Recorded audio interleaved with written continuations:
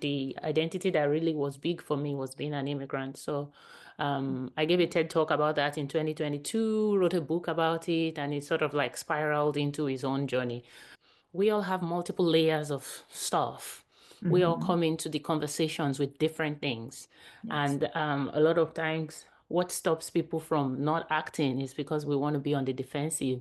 And so I do talks now around intersectionality. I do workshops around it with sharing Hmm. my story and my intersections, and then helping leaders and organizations see that it's not your job as a leader to help people feel belonging. You have to Hmm.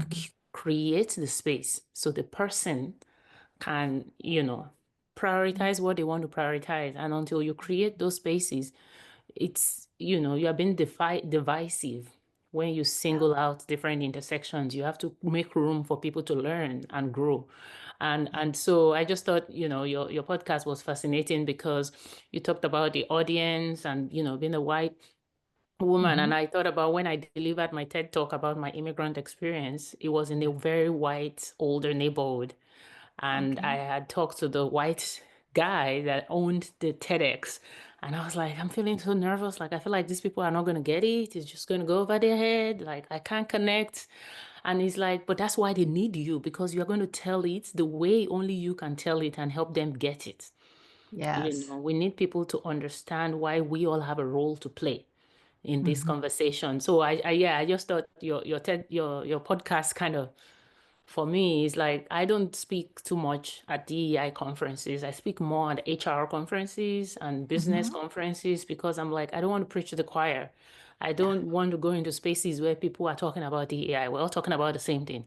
Yes. We need to take messages into spaces where people can learn and then Right. be allies. Right. Yeah. And where for older white women and older, our audience is over 40. I'm over 60. And so I've got 20 more years of white I was bubble like, in me. why do you put me like I just done 40 a couple of months ago? I don't know. I was like, where do I fit Okay. now? Well, we ended up appealing to women over 40 because at that age, their bodies are shifting, their family responsibilities are shifting, they're starting the Hmm. emptiness process maybe.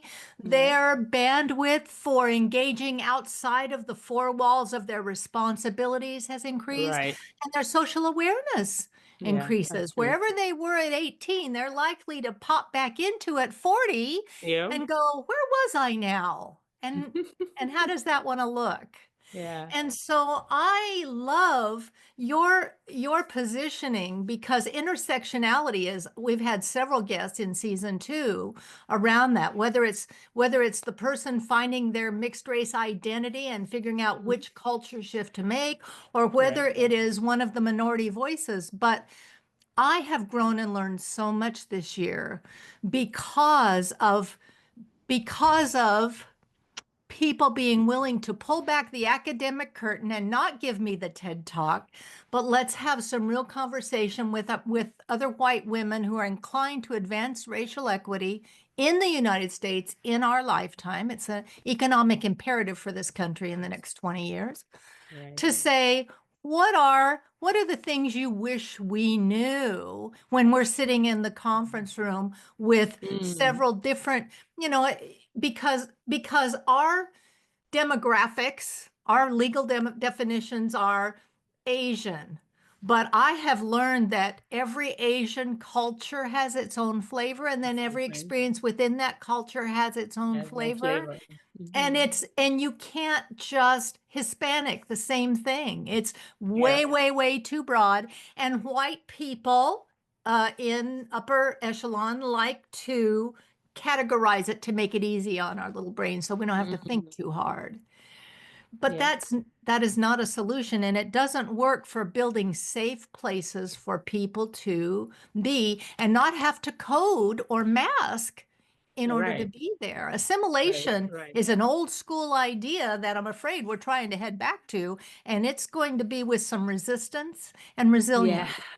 Yeah. Yeah. Because there are voices that have been opened up that that won't go back to, you know, We Exactly. can't go back there. I mean, Yeah. it's talking about times when women can vote, times when, yeah, I don't think we can ever go back there. I think we have more people on board with Mhm. understanding the value of everyone in the room now. So Yeah.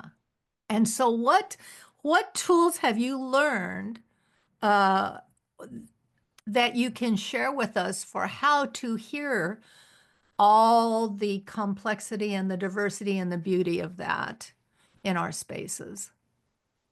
in our spaces, and And I being think understanding our spaces are not the white spaces only. They are the right. inclusive spaces. Yeah. Yeah, and I think that's the first step of it is it's not, I've had horrible experiences at grocery stores. I've had horrible experiences at my office, at my Mhm. church, right? Like Mhm. spaces are boundaries, but within spaces, what is showing up is what's in people's heart.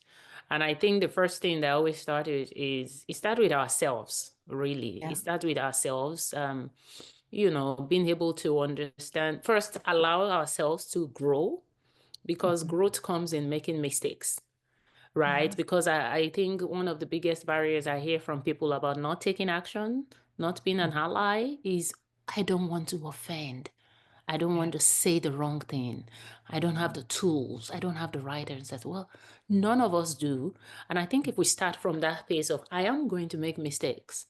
I Yeah. mean, I've made mistakes. I work in the DEI space. I've made mistakes, but some of them stand, they stand clearly to me like I would never make it again because I made Yeah. it and it hurt me. Right. Mhm. So I think first we need to give ourselves grace. We're all human and there's some things that can only be learned by experience. So, it doesn't have to be our own experience. It could be by listening to other people's experience, such as, this platform. But we're all on a journey. We're all learning. We will make mistakes, but that's how we learn and grow. And then the other one is also being able to recognize when you are in a space, um as you said, there's multiple layers to everything. So when you're in a space where you get to speak, don't assume that I speak for. Personalize it and be able to confidently say, hey, I have a quick question, yeah, let's take this back. I like to clarify. I'm a woman or I'm a mom and whatever you are, be able to say that and say, so this question is coming from my own experience and I don't know if it will help anybody else, right? Not Right. saying I'm a woman and I know I speak for all women. No, you don't speak for all anybody. Yes. So being able to first acknowledge we can make mistakes and then when you are in a space where you notice, differences or exclusions, when you ask those questions, being able to position your perspective as a Mhm. personal one and explain those layers so that your question comes from, you know, here are my thoughts. This is who I am. This is, what I represent as I'm thinking this through. And here are the Mhm. questions I have. And to be able to ask those questions confidently because I promise there's somebody else who has the same question, who is probably thinking the same thing. But by Uh-huh. positioning it, you allow other people to also have that freedom to ask follow-up or to take in your responses also with the understanding of where you're coming from. And so, recognizing those spaces where I need to speak up and also checking ourselves, like, who do I represent when I speak? And I Mhm. think there's a workshop that I do on intersectionality, and I talk about there's a space where you are learning and just growing. Mhm. There's a space where you're taking in, know your role in that space. There are certain spaces where I'm just going to sit and soak it in. I'm not the expert in the room. And then there are layers that have given you expertise because of Mhm. your own experience. Be able to hone that. Mhm. And then there will be areas where you have expertise, but there's a need. That's where you're filling the gap, right? So thinking of our experiences and our identities as three distinct categories allows Mhm. us to, for example, as a Black woman in corporate America, I was always put in, when I started my career, put in those black boxes. And Mhm. and for me, as an immigrant that grew up in Nigeria, it wasn't the black box that was important to me, it was the gender. Uh-huh. And it took me a while to understand why I was very uncomfortable in the black box, Okay. because the black box was about tackling racism, and I wasn't an expert there. I grew up in Uh-huh. Nigeria, West Africa, a country where gender inequity was top of mind. Mm-hmm. So I grew up wanting to, my role models were women, Yeah. and my inhibitions were around being female. Yeah. It had nothing to do with my color. So getting into the corporate workplace, and when I go into black spaces, I had to learn to be a learner in the black Uh-huh. spaces, even though people expected me to be the expert. I'm like, no, I'm no expert in this space. Yeah, I Yeah. just want to take it in. But when I go into spaces around women and gender, I feel more empowered. I feel more like I have a voice. I have some lived experiences. So, yeah, I think it's a journey we're all on, but we have to recognize where we are on the journey. Mm-hmm. I've always felt like in corporate America, I was the minority voice. And so the work I do in culture and communications, I bring this canned presentation and it moves people individually and then the morale of the group to a best places to work. That's the whole goal. But not for a check the box. I want that internal shift that changes their belief systems, their values, their expression. I want Right. it from the inside out. The last thing I, as a neurodivergent person, want to do is teach somebody how to mask better to fit in. So Hmm. when you're working with immigrants, does it depend on where they are in the process, how deeply you go with helping them? Yeah, so it depends on where they are in their career stage. Okay. So I really focus on immigrant professionals, Hmm. because there's that gap that I had recognized early on. Is I came in as a student. I came in as a grad student and then straight into corporate America, and I was working in companies with 90,000 employees, like huge companies, right? And that's really the gap I wanted to fill. Is we talk about inclusion in corporate America, but are we capturing the uniqueness of an immigrant's experience in the workplace, right? So it's usually people that are overeducated, Yeah. most times underemployed, Hmm. and then cultural inhibitions. And they have that cultural lens through which they are viewing work experience, Hmm. right? For example, having an immigrant person manage a team that has people older by age. Uh-huh.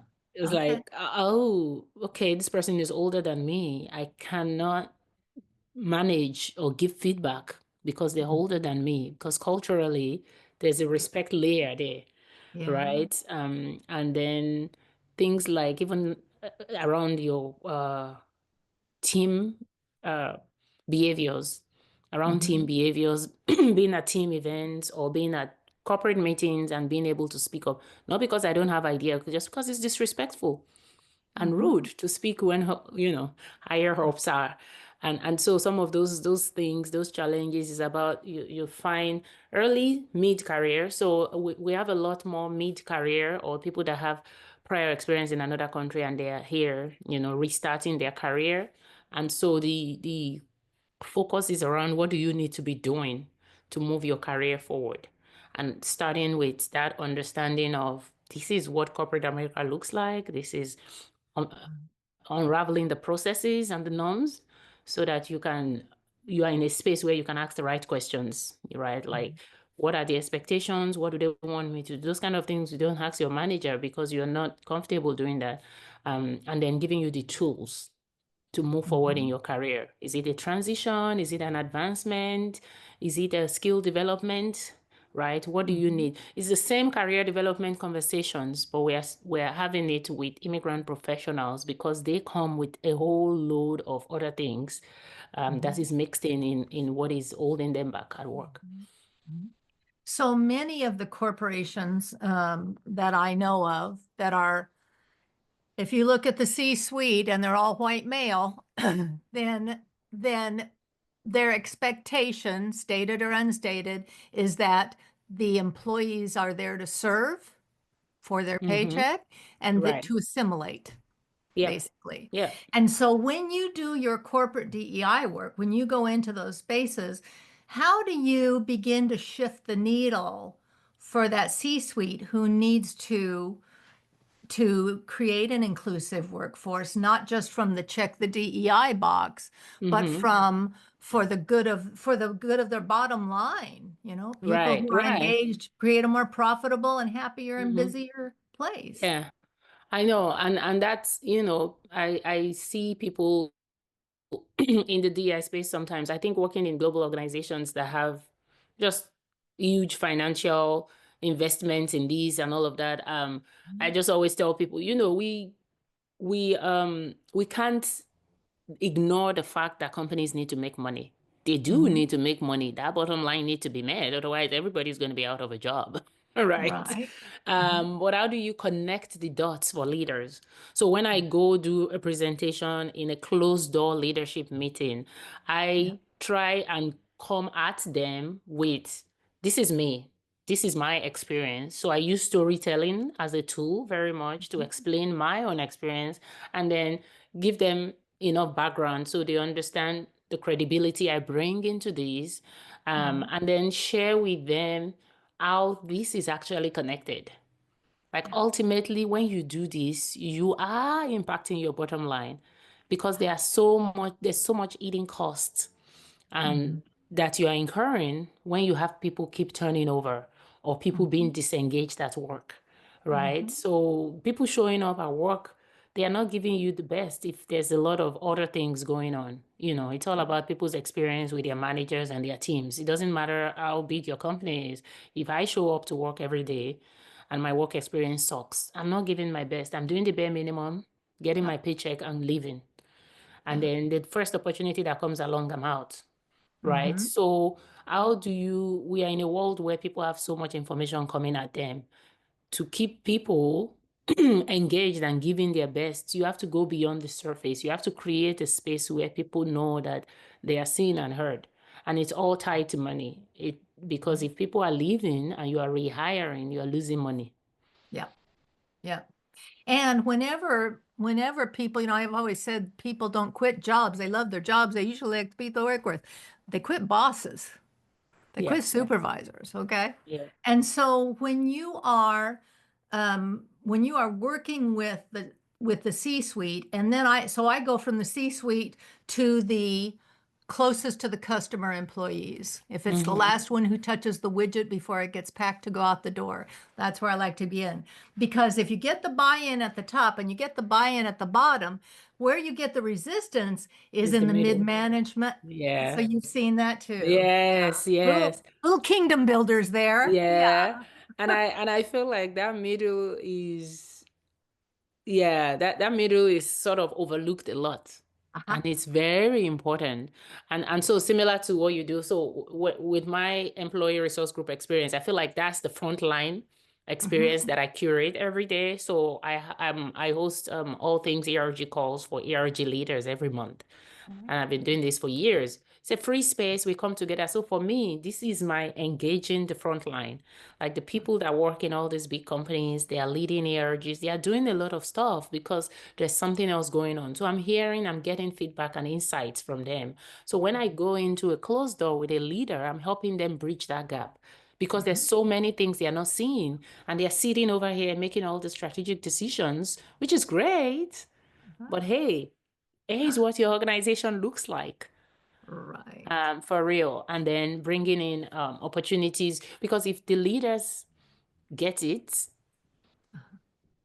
sort of take the feedback from the front line, as you said, and they get it, it's easier to pass it down through middle because middle is responsive to the top, Hmm. right?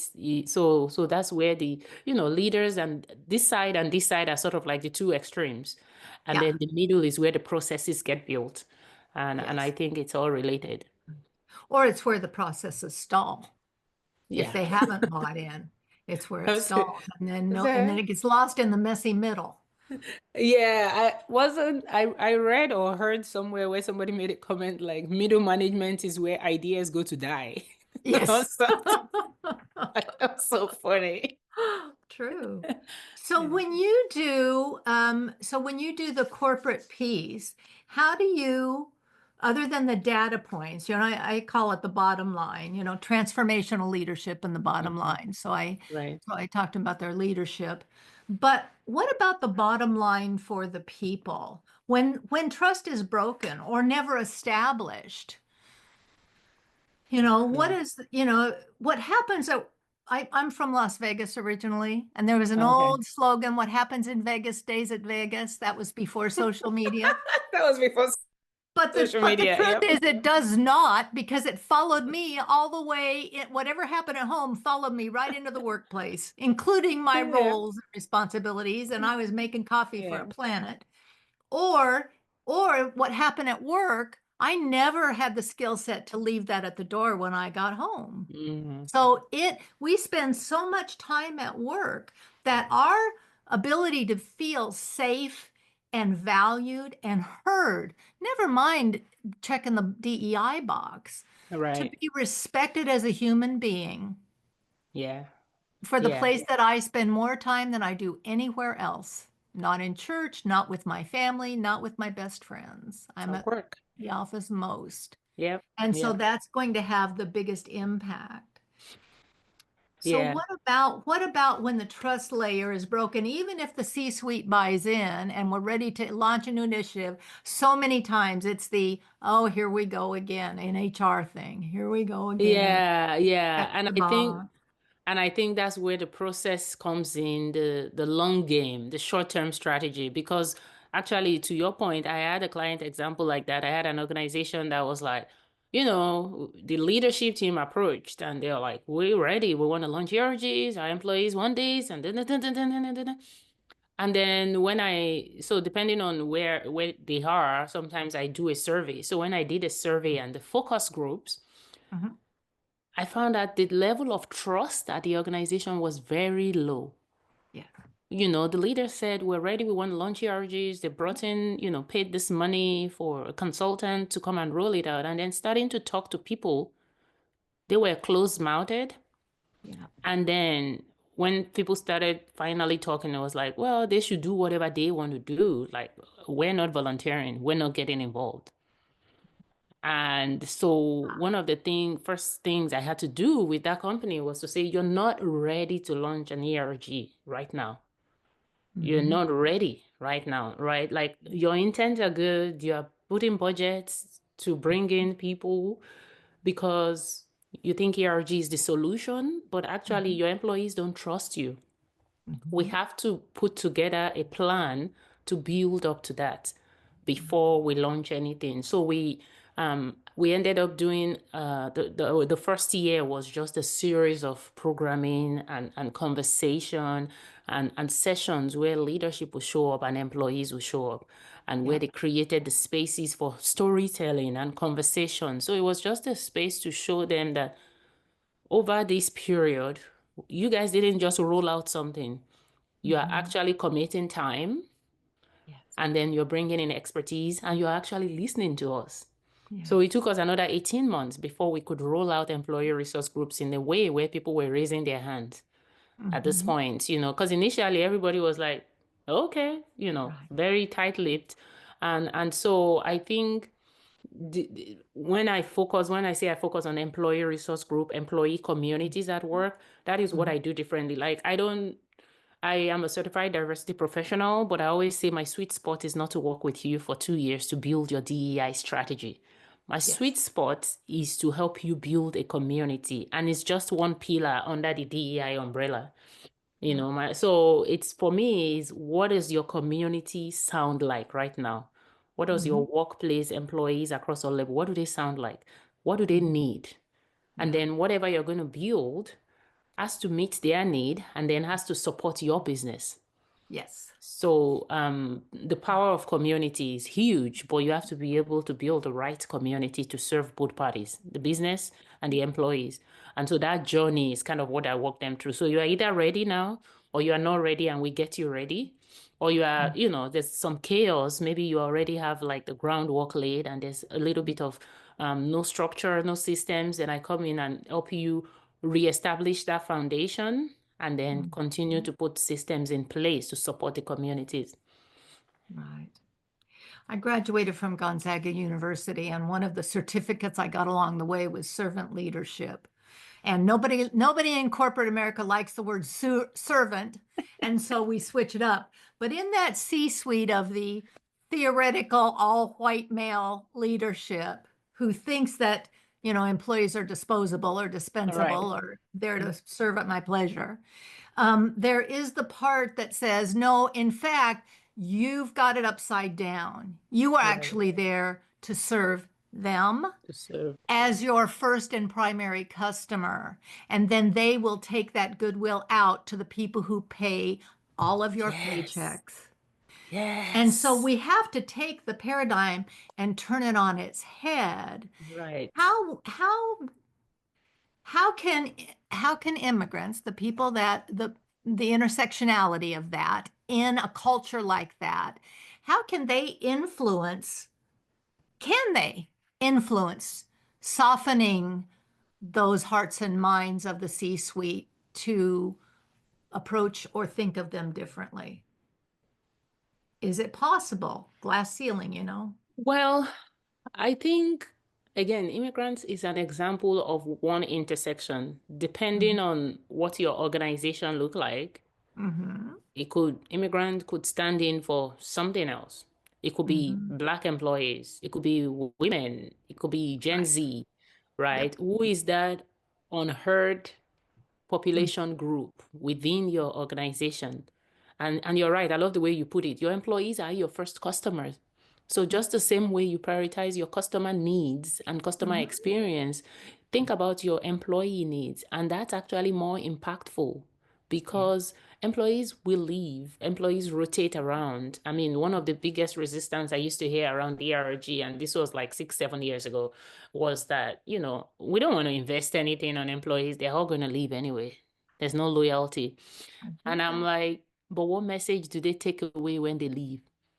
There are companies that I haven't worked in 10 years that people still reach out to me on Mhm. LinkedIn, like, hey, I want to accept an offer from this company. Do you think I should? And I'm wondering, like, I could just like for people to reach out to me about an experience I had so many years ago. I mean, what message does your employee take away from you, from Mhm. your working relationship, whether they stop working with you or use their product or whatever it is? So I think that voice that is not heard, those diverse voices within your company, immigrant professionals, for example, there is so much they can teach you around the values that you need to prioritize or what Mhm. your customer will prioritize in your product. Mhm. Mhm. So I think to your point, can they? Yes, they can.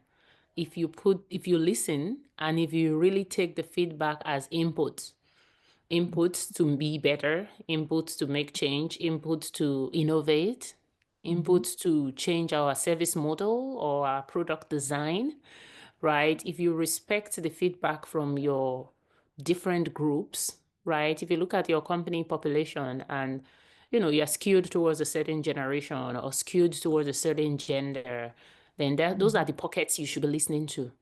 Mhm. Because just like we talk about when we make accessibility changes to Mhm. things, everybody benefits. Right. The largest example I think about is the sidewalk that they said the original way the sidewalks the was created was for wheelchair. It was Right. the accessibility for wheelchair, but everybody uses it now. Like we use it for shopping carts, we use it for strollers, like Right. parents benefited, Mhm.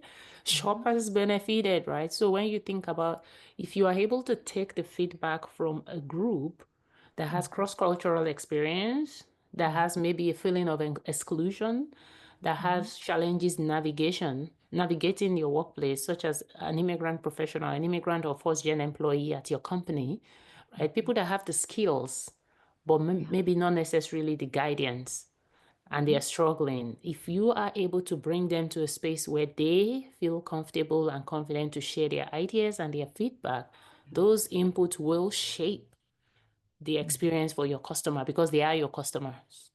Right. Okay. So one of the things we do at One Voice Evolving, we call it raw, real, and relatable. We like to pull back the curtain. All So I want right. to go just a layer deeper with you and I, and here's why. There was a story that going around social media that said, would you rather meet a man in the woods or a bear in the woods? What would make you feel, What would make you feel safer? And overwhelmingly, women said, I would rather meet up with an unknown bear than an unknown man in the woods. What? And when I saw that, I felt that resonated through my trauma response body. It was like, hell yeah, because because at least a bear, if it attacks you, it doesn't have any other ill intent motive behind it. It's going to be a quick and painful death, and we're Mm. done. And so there was that. But then a few months later, the conversation shifted among Black creators, particularly on TikTok. And it was, would you rather, you're walking into a conference room at work, would you rather run into a white man or a white woman at work? Oh, wow. What do you guess they said? White man. Yes, they did. They absolutely did. And when they did that, I had the male response of, but I'm one of the good ones. Why I'm safe. Why would you not? I don't understand why you would pick a man over a woman if you're a woman in a conference room. Mm. And so the response that I got, that I gleaned from that, was because white women are more detrimental, are because they are less trustworthy. A white man, you know what to expect walking in. You don't you expect to be, mislabeled, mistreated, Right. misaligned, right? But you anticipate with a white woman that you're going to have some common ground, and sometimes Mm. it looks like you do, and then on the backside, they're protecting their privilege or their Yeah. position or their power. Yeah. And the betrayal of that. Hurts more. So yeah. Yeah. And my question, since that's new information for you, I want to give you a moment to let that I sink in and know. I say, was like, so what would your answer be? to which one of the questions? The, The to the white to the male. white male or a white female in a conference room? Tell me why. Depends, right? It depends. And maybe it's just because I've been on this DEI journey for a while. I've been doing Mhm, work on myself as well. And I feel mhm, like I've grown. I think if you asked me this, I don't know, 10 years ago, again, earlier mhm, in my career, I would say hands down white woman. Because for mhm. me, it wasn't about the color, it's about the gender. Uh-huh. I was Okay. coming from a place where I didn't see a lot of women in the corporate world. I didn't see a lot of women working. So all my Mhm, mentors in that season were women. And of course, there's mhm, not a lot of black women. So all my mhm. mentors were white women Right. at the early part of my career because I was drawn to the gender part of it. I was Yeah. drawn to the fact that I grew up with the male stereotype of what being in corporate world should be. And I Mhm, wanted to be around women. mhm, So white men, white women, as an immigrant, mhm. to me, I mean, I live in California. Uh-huh. Everybody's white anyway. Well, whatever. So for Feels me, like. Yeah. yeah, for me, if you say, oh, but if you say that now, I think I've also been burned a little bit. So it's Uh-huh. a trust thing. I've been burned by white women Uh-huh. to the point where I would rather, and now I've had mentors on both, I've had white male mentors, I've had black male mentors, and to the point where I've built trust with the male gender Mhm. because I know what I'm getting. Is either they see you as a pet prodigy, I've had people that would treat me like your pet project. They Mhm. are very clean. There's nothing sneaky about it. I'm like, I know not to put my full trust. I know to just take what I'm in for, like what skill set am I trying to get from you? Just take that mentoring and walk away. Mhm. But with women, Mhm. especially white women, is being a little more cautious because it feels almost like the green snake under the green grass. Mm-hmm. And one of the trainings that Washington State OSHA, which is like Labor and Industries, put on about bullying in the workplace was Mm. specifically related to women in healthcare. A man is more aggressive and will say or do what you see is what you get. A Right. woman will whisper to her friend in the elevator. So you know they're talking about you, but there's nothing you can pin it on to go make a complaint to HR. And it was just one of many examples. And I wonder if that is a little bit of the thread that runs through, the bear analogy. I'm a scientist, biotech, biochemistry, and I did all of my work in corporate America was in the life science biotech space. Okay. And so I I think I feel like, well, maybe that's just me naturally always making excuses for people. I also feel like the very few women that ascend to leadership roles in healthcare and biotech and life sciences, they've had to fight for it. They've Yes. had to be tough. And Mhm. I think some of it, when it comes to women, it's almost like we see each other as competition Yeah. because we've had to fight for every single thing. Yeah. And that's really what, the white male keeps enjoying because they keep dividing us and causing us to fight among each other while they Right. just keep moving. And Mhm. so that's what we are trying to overcome because I think Yes. we had to fight for every inch of that ladder that we Hmm. fail to recognize who are my allies and Yes. who am I fighting. Like we're all fighting this big giant battle, but instead of focusing, we're Mhm. fighting each other because we're Yeah. still in that mentality of fighting to survive, fighting to survive. And then it Okay. gets lonely up there. It gets very Hmm. lonely up there because then you realize there's so few people that you can really um, trust. And Yes. so I think women see women, other women, especially other women that have multiple intersections, because in a Hmm. world that has taught us that, you know, being a minority gives you, or people are trying to pitch a minority to be an advantage, right? So you are a female hire, you are a black DEI hire. So when you see somebody that has more minority intersections, they Mhm. threaten you, Yeah. right? So a white woman feeling threatened by a black woman or a black woman feeling threatened by a black woman who is disabled or who Hmm. is part of the LGBT, because you see that this person has more, areas than me, so they can take from me. And so I have to keep them down so that I can keep going. If you were going to look at the pecking order of corporate America, does it go in your mind white man, white woman, black woman, or does it go white Oh, white I woman, think black it's man, white. black Yeah, I woman? think it's white man, white woman.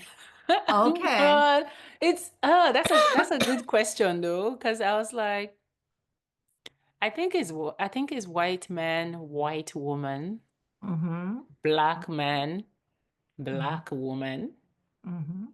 Right. Or any other and then variation. and then I think anything else you can add on to anything, right? Like LGBTQ white man, Yeah. Still. right? Yeah. Disabled white man, like Uh-huh. anything you can tag on to white man, kind of Uh-huh. make the white man even more up. Okay. Um, but yeah, I have never thought about it like that. But yeah, I think so. For my book, I had focused on my book is called Thriving in Intersectionality, Immigrant, Belonging, and Corporate America.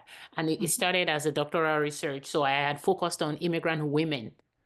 And I Oh. remembered when I was doing the interviews, because I interviewed people, I interviewed over 50 immigrant women working in corporate America. And I remember when I was there, I was like, do you think the one of the interviews I did then who said, do you think the experience of immigrant men will be different?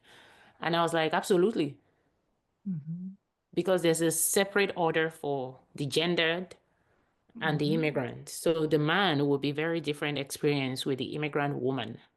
Mm-hmm. Because combining gender with anything else kind of puts you lower on the order of things. Yeah. Mm-hmm. Okay. All right. So in terms of resilience, which is our topic for 2025, what kind of resilience do do immigrants need in corporate America that they may not have thought of? Every company has its handbook, its employee handbook. Mm-hmm. I always Yeah. start there. Okay. And we give the people the employee handbook and we said, this is the way we do things around here. And they're like, oh, cool, this will be a great place to work. And then their first week on the job, they're having lunch with their coworkers or they're out on the floor or they're doing whatever. And they go, oh, no, I know that's what it says, but that's not really how we do things around here. Here's how we really do things.